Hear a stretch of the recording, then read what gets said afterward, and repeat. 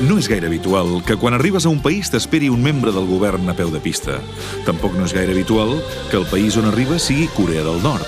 Però el que ja no s'explica de cap de les maneres és que el membre del govern que t'espera a peu de pista a l'aeroport de Pyongyang es digui Alejandro i sigui de Vespella de Gaià. And the official name of our country is DPR of Korea. It means Democratic People's Republic of Korea. DPRK.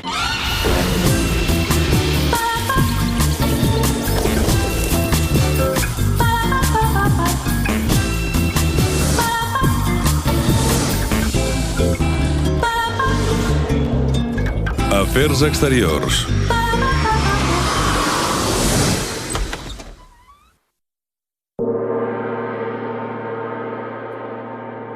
Quan arribes a Corea, has de deixar dues coses a l'aeroport. Primer els prejudicis i després el mòbil, ja que dins el país no el pot utilitzar cap estranger. Millor, una preocupació menys. De fet, un dels avantatges de visitar aquest país és que pots desconnectar el 95% del cervell. Només cal que mantinguis en marxa algunes funcions bàsiques com respirar i, sobretot, obeir. Sí, obeir, perquè els nord-coreans són estrictes, disciplinats i no porten massa bé que els qüestionin les ordres.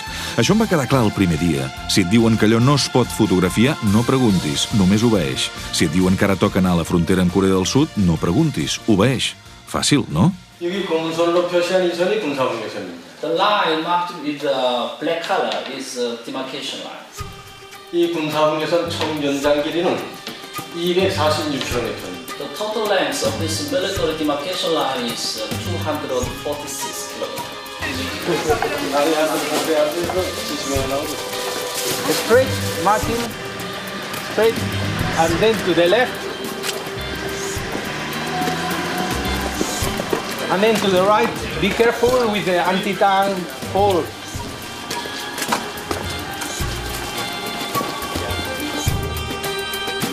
Era el meu primer matí a Corea i ja em portaven a veure l'atracció turística per excel·lència, el punt més calent i més militaritzat del planeta, la frontera amb Corea del Sud.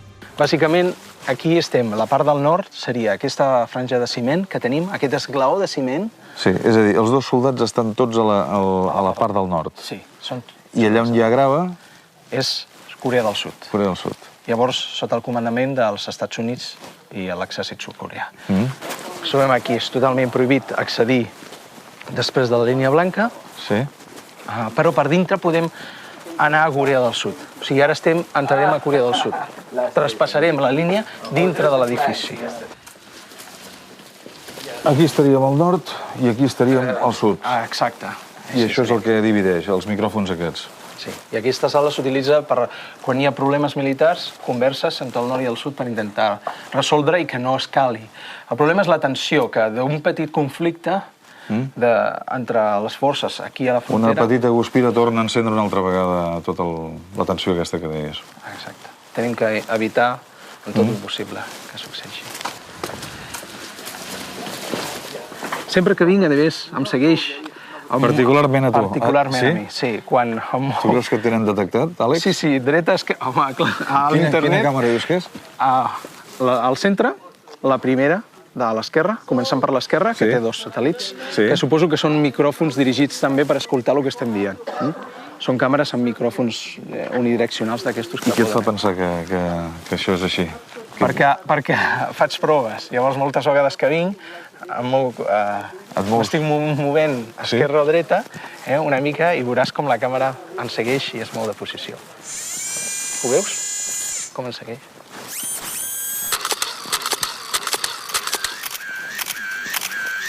Potser sí que ens està seguint. I als Estats Units has anat alguna vegada? Sí, diverses vegades. He estat treballant fins i tot als Estats Units. Has estat treballant als Estats Units? Hi ha alguna cosa d'aquell sistema que t'agradaria o hi ha alguna cosa que t'agradi en general d'aquell sistema?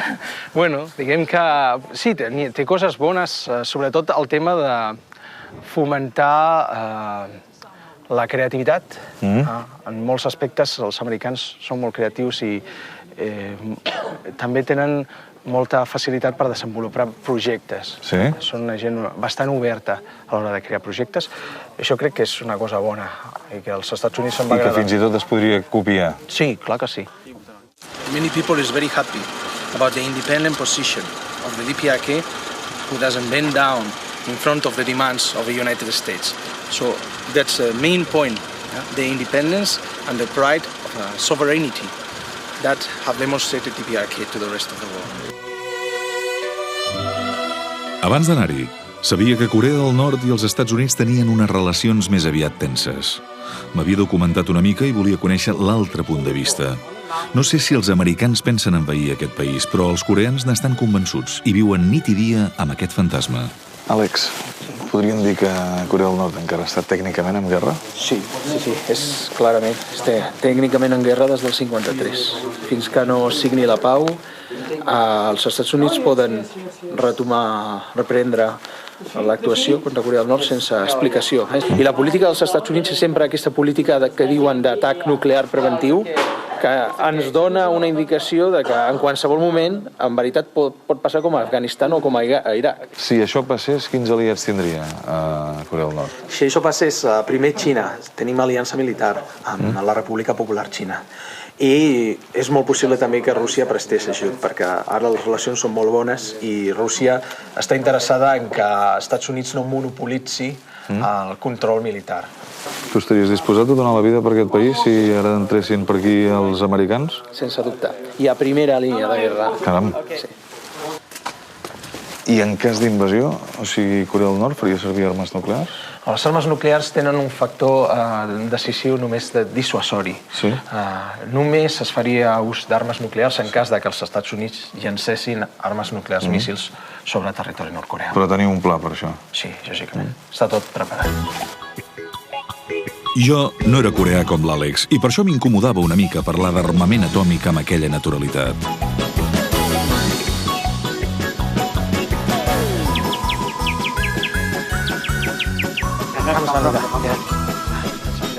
En tot cas, començava a sospitar que l'Alejandro Cao era un personatge fascinant, estrany però fascinant. Aquella excursió s'havia acabat. Teníem una altra visita concertada. A la tarda vam anar a veure la biblioteca de Pyongyang. Allà els homes i les dones del futur es cremaven les celles estudiant i fent servir les noves tecnologies. Els estudiants poden accedir a internet? No a internet. Existeix una intranet dintre del país i tenim determinades un número de connexions limitades a internet. Llavors s'agafen els continguts de la World Wide Web i es posen dintre de la intranet. Això és per evitar que entrin influències capitalistes dintre de la ideologia i del sistema.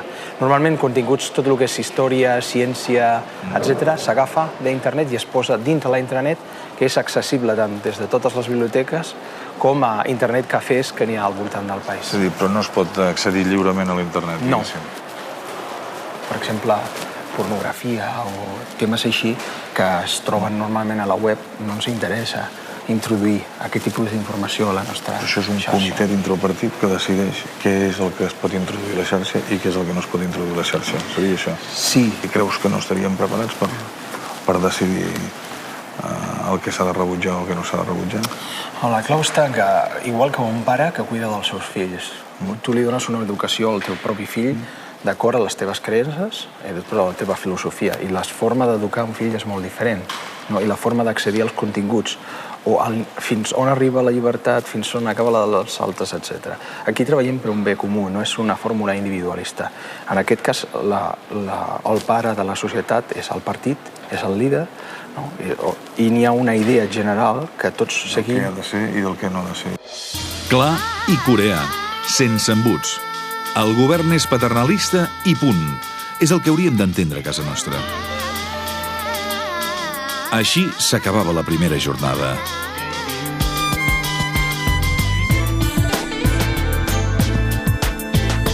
L'endemà, ben d'hora, un altre cop al microbús. Havíem de fer una ofrena floral a l'home que el poble coreà idolatra, Kim Il-sung, un home que deixava els faraons egipcis a l'alçada de la caputxeta vermella. You can take pictures all around, but please, you take the statue, you should take a full statue, and you cannot take pictures from the back. Okay. No és estrany que en un règim comunista hi hagi és a dir, que la successió sigui hereditària?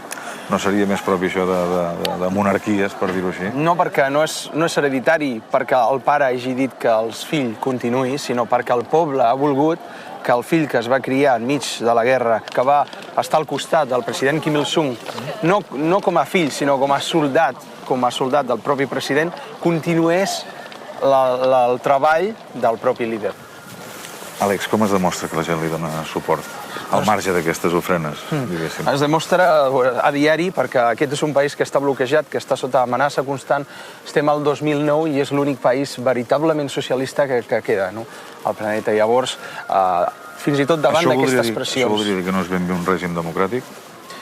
És un règim democràtic perquè és possiblement el règim més democràtic perquè surt del poble. No tenim problemes de fraccionalisme o revolucions internes o gent que vulgui destruir el govern o que estigui en contra del govern. És una unió monolítica que sembla molt difícil, però que qualsevol pot veure si està aquí un temps o si parla coreà, pregunta a qualsevol d'aquestes persones directament què és el que opina del seu país o del seu... Però la gent no vota, diguéssim. Sí, vota. Cada 4 anys tenim eleccions. I al Parlament tenim més de 500 diputats i tots són escollits a partir dels 17 anys, que és la majoria d'edat. Now? Thank you. Kim Il-sung va morir, malauradament, però el continuen anomenant gran líder.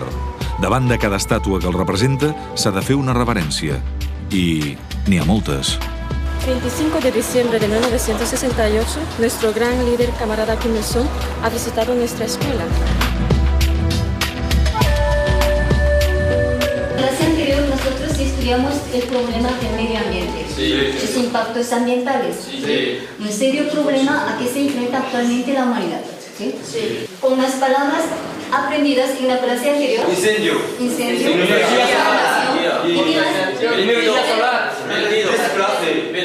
vertido, transporte, contenedor, energía solar, recogida selectiva, etc. Y también en nuestro país, el 2 de marzo, se celebra el Día de la Plantación de los Árboles con motivo del día en que nuestro generalísimo Kim Il-sung plantó el árbol en la colina Munsu. Creo que la contaminación no solo se produce por las actividades industriales de los humanos, sino también por las guerras. Por ejemplo, en la guerra de Irak, el uso de los pozos petroleros y el uso de uranio empobrecido producen grave contaminación.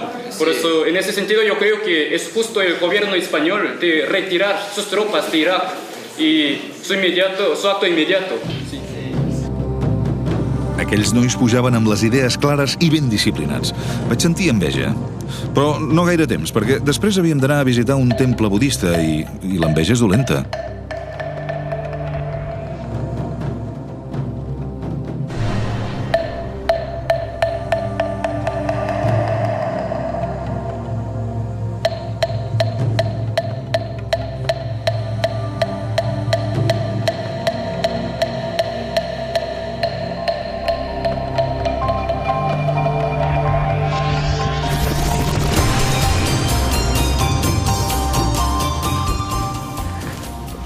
Àlex, va ser aquesta dimensió espiritual la que et va portar a Corea del Nord?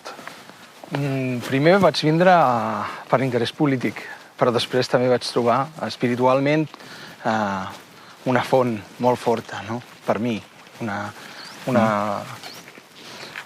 Vaig sentir molt proper, només amb la cultura, amb la puresa, en aquest cas també del budisme, sense contaminació, sense efectes especials, per dir-ho així. De totes maneres, el teu principal motiu d'acostament a Corea del Nord va ser la qüestió política. Sí.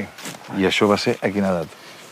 Tenia 15-16 anys que estava buscant el socialisme, l'ideal de socialisme. Als 15 anys? Sí, amb 15 anys. I no hi havia prou partits allà per trobar aquest ideal de socialisme? Sí, n'hi havia molts. Perquè mira que està dividit el Partit Comunista, no? Sí, exacte. Precisament per aquesta divisió és un dels factors que no vaig trobar l'ideal que coincidís amb la meva forma de pensar. Que vaig trobar llavors a Corea del Nord, que té un socialisme bastant diferent tradicional. És a dir, a 15 anys trobes aquest ideal socialista amb Corea del Nord i a partir d'aquí? Començo a treballar només amb Corea del Nord, amb temes de cultura, amb conferències, exposicions. Primer començant temes culturals, creant associacions d'amistat. I aquest treball, finalment, es converteix lògicament en una passió. És una passió, la meva, per Corea, i un somni, que és el de poder arribar a treballar per al govern nord-coreà. De tornada al microbús, em va cridar l'atenció un detall. Hi havia més occidentals a part de l'elecció. És més, diria que ens havien acompanyat tota la jornada i que havien arribat a Pyongyang amb mi el dia anterior. Eren espies? Tota aquesta gent que hi ha aquí darrere, qui són exactament? Són gent de la nostra associació, de l'Associació d'Amistat amb Corea, o simpatitzants, gent de tot el món, que estan interessats no només en conèixer el país d'una forma turística, sinó de desenvolupar una amistat, una relació. Quin seria el perfil del soci, o com en dieu, el camarada, perdó?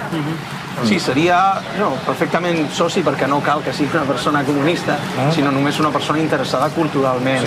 El perfil seria una persona d'entre 20 i 30 anys, i normalment bastant intel·ligent o culta, una persona interessada en cultura, bastant de coneixement, i que vol aprendre, vol veure alternatives al món, no només culturals sinó socials, perquè això és una experiència Corea no només xocant culturalment sinó socialment. Socialment. No tens por que a través de l'associació s'introdueixi algun element espia, diguéssim?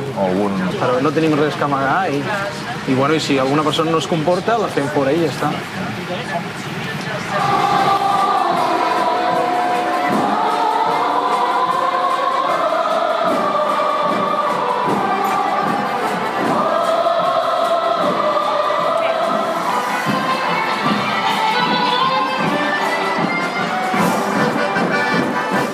Jacques. Oui, Jacques. Et pourquoi est-ce que tu es venu ici en Corée du Nord?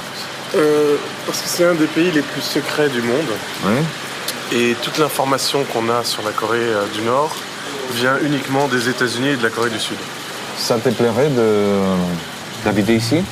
Je crois qu'au bout d'un certain moment, j'aurai un problème avec la discipline. Avec la discipline. Okay. Parce que le peuple coréen est très discipliné. C'est un peuple militaire, en fait. Tout le monde est militaire. M'alegrava que fóssim colla.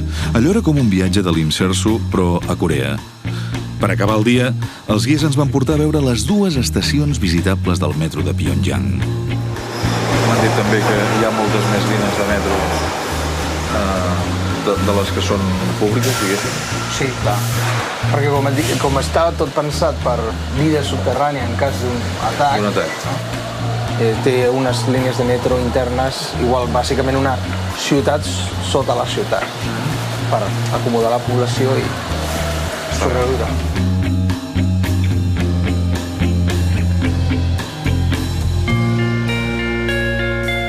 Havia sentit a dir que aquí al metro eren tot figurants. Bueno, seria molt possible. Bé, tu saps que corren, Àlex, que corren moltes llegendes urbanes de Corea del Nord? Sí. No ho sé, jo sí que no ho sé. Per això et pregunto tu. És a dir, són figurants els del metro? No, en absolut. Aquesta és una de les més grosses de llegendes urbanes. He sentit una altra, que a casa seva la gent té una ràdio sempre amb una emissora posada i que no es pot apagar. No, el que existeix és, a totes les cases n'hi ha un sistema d'informació general, un canal de ràdio que tu pots apagar o engegar a partir de la informació diària de les coses que passen al país. És un sistema que a la vegada actua com a sistema d'emergència per informar a tota la ciutadania. Exacte. Quina altra llegenda urbana has sentit tu d'aquestes bèsties sobre Corea del Nord? La que més circula és la de que el nostre líder Kim Jong-il viu una vida de luxe, amb dones, amb un munt de palaus, etc. Quan és un líder que està sempre entre el poble, a diferència d'altres reis i presidents d'altres països, el nostre líder sempre està entre la gent, per això la gent l'estima tant, és un líder del poble, és una persona totalment humil. Aquest és potser no només una llegenda urbana grossa, però la llegenda que més mal ens fa als que coneixem la realitat de Corea del Nord. És a dir, que es diguin falsetats sobre el vostre líder. L'has arribat a conèixer, el vostre líder? He tingut possibilitat de donar-li la mà i d'intercanviar unes paraules, però de forma protocolària, diplomàtica. No amb prou temps per parlar amb ell, però sí tenim comunicació per e-mail i tenim mitjans de comunicació directa. Perfectament sap qui ets i et té catalogat, diguéssim. L'última vegada, a més, que va vindre, que vam estar a la plaça Kim Il-sung, em va saludar personalment des del pòdio presidencial. Perquè, a més, et deu haver vist cantant karaoke a la televisió, sí o no? Ah, exacte. Sí. Els estrangers no poden sortir de l'hotel sols. Han d'anar acompanyats d'un guia. Ens venia de gust fer un vol nocturn i vam sortir. 9 turistes i 6 guies. Després, a sopar a l'hotel, a mirar una estona a la tele i a dormir.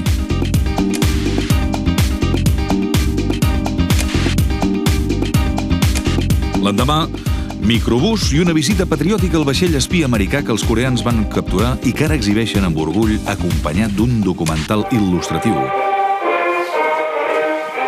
The great leader Kim Jong-il said as follows. Very interesting. Sí, això...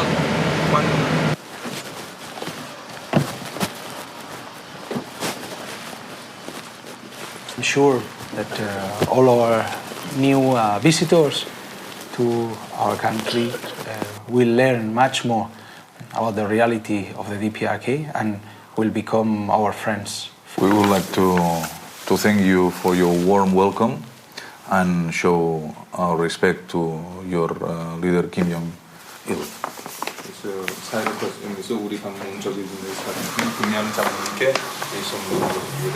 Thank you. Thank you. I would like to know what these signs indicates here. These signs indicates the 4 strips of our national flag, and the 3 is the number of the chain in our country. Yeah.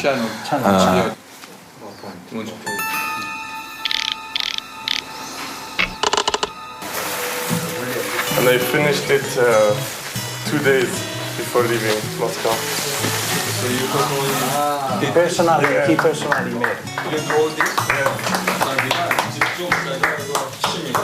Fer regals a la família és difícil, però fer un regal a Kim Jong-il tampoc no és senzill. No sé si li devia agradar la ploma. En qualsevol cas, tots els regals van a parar a un museu on hi ha milions de presents de tot tipus, de particulars, de caps de govern... És com un cash converter gegant on no pots comprar res. Fos com fos, el nostre lligam quedarà per sempre allà dins. Super.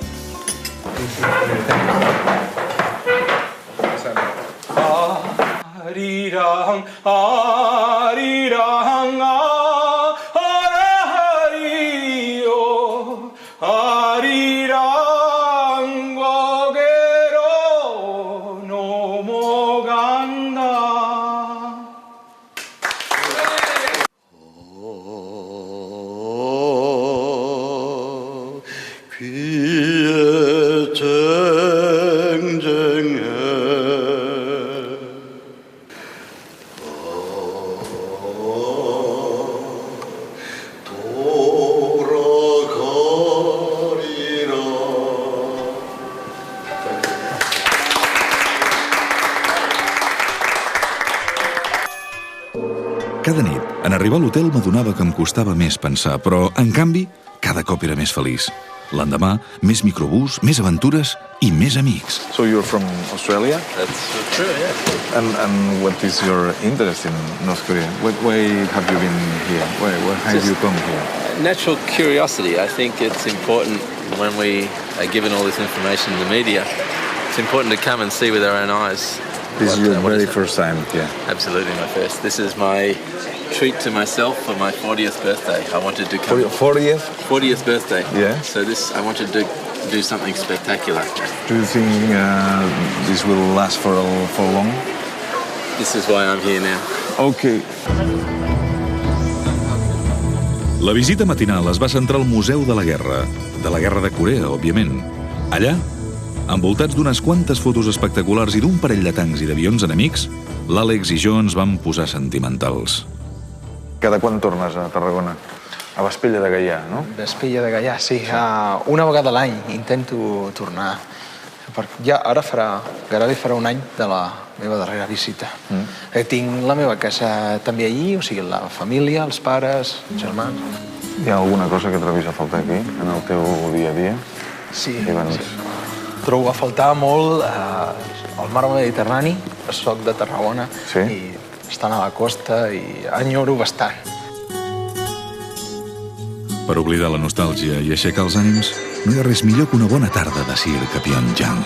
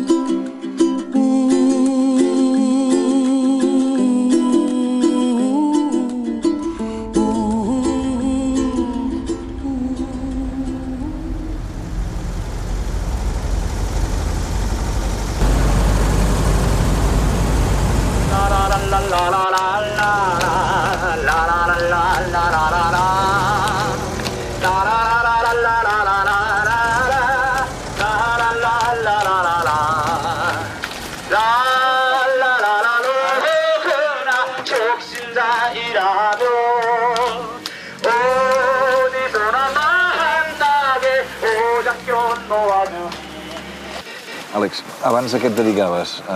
Abans em dedicava a la informàtica, era consultor informàtic i gairebé això farà uns 5 anys que vaig aconseguir independència. Financera, diguéssim. Sí, independència financera per poder dedicar-me 24 hores. Sense deixar de banda el tema de Corea. Clar, Corea mai l'he deixat de banda, però he tingut que viure, que pagar la hipoteca i que menjar. I totes les meves posicions al govern són honoràries. No estic rebent cap salari. Mai he rebut un cèntim del govern nord-coreà. La teva família era comunista? No. Ja m'estranyava, perquè al teu nom hi ha 2 Ds aquí, no? Sí, Alejandro Cao de Benós de Les i Pérez. Està bé. És una mica aristocràtic, per dir-ho així. Bastant aristocràtic. O sigui, a dintre de la família n'hi ha els títols de Barón de Les, Marquès de Rosalmonte i Condes d'Argelejo.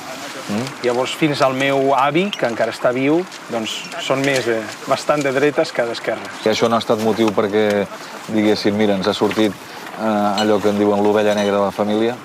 No, perquè en general n'hi ha hagut bastant divisió a la família entre la branca de la meva mare, més treballadora, senzilla, i la del meu pare. Llavors, aquest conflicte ideològic el meu pare es va casar amb una persona normal, que no era aristòcrata. Ni militar.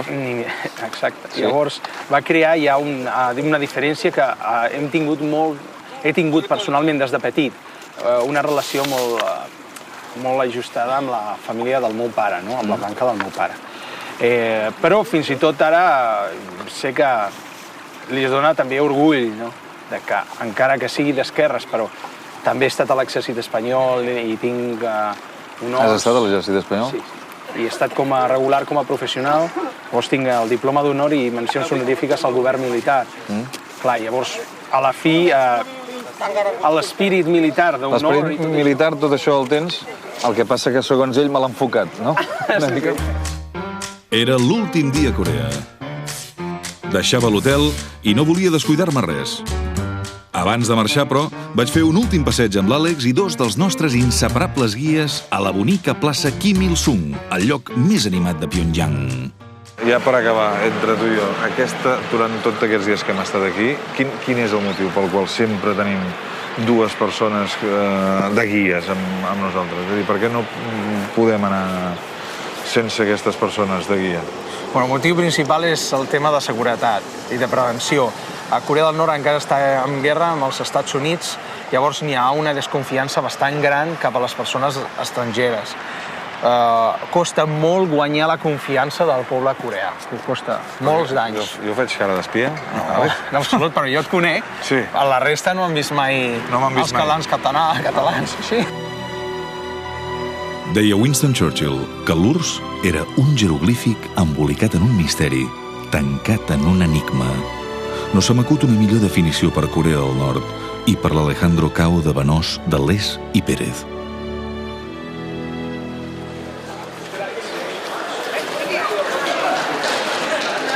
Quan tornes de Corea, tothom vol saber com és, què hi passa.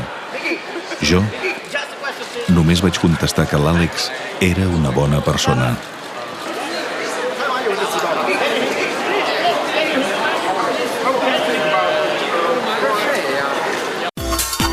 I en el pròxim capítol, Grècia, el país d'Aristòtil, Empèdocles i altres grecs. Coneixerem un ex-hippie rebel, visitarem dos atenencs enganxats a un programa de TV3 i passejarem entre les ruïnes d'una civilització antiga i entre les ruïnes d'una civilització moderna. Tot això a l'Afers Exteriors de Grècia. Que guai!